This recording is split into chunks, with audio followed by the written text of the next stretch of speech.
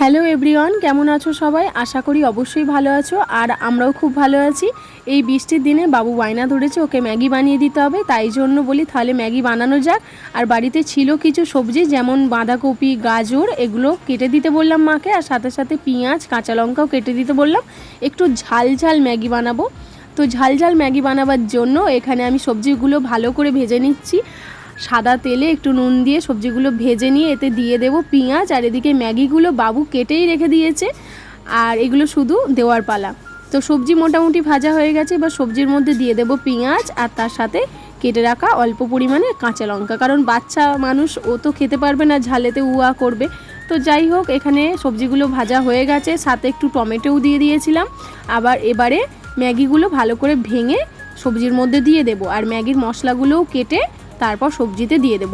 ভালো করে এবার ম্যাগিগুলো দিয়ে ভালো করে নেড়ে চেড়ে এবার এটাকে জল দিতে হবে। আর জল দেওয়ার আগে মশলাটাও একটু দিয়ে দেবো, মশলাটাও একটু নেড়ে নেবো ভালো করে কড়াইতে, তারপরে জলটা দেব। তো এখানে মশলাটা দিয়ে দিলাম। তোমরা বাড়িতে এরকম সবজি দিয়ে বাচ্চাদের বিশেষ করে ম্যাগি অবশ্যই দিতে পারো, তাহলে কী হবে, সবজিটাও বাচ্চারা একটু খেতে পারবে ম্যাগির সাথে সাথে। আর এদিকে ম্যাগিটা হয়ে মোটামুটি কমপ্লিট। এবার জল দিয়ে এটা জাস্ট 2-3 মিনিট রেখে দেবো।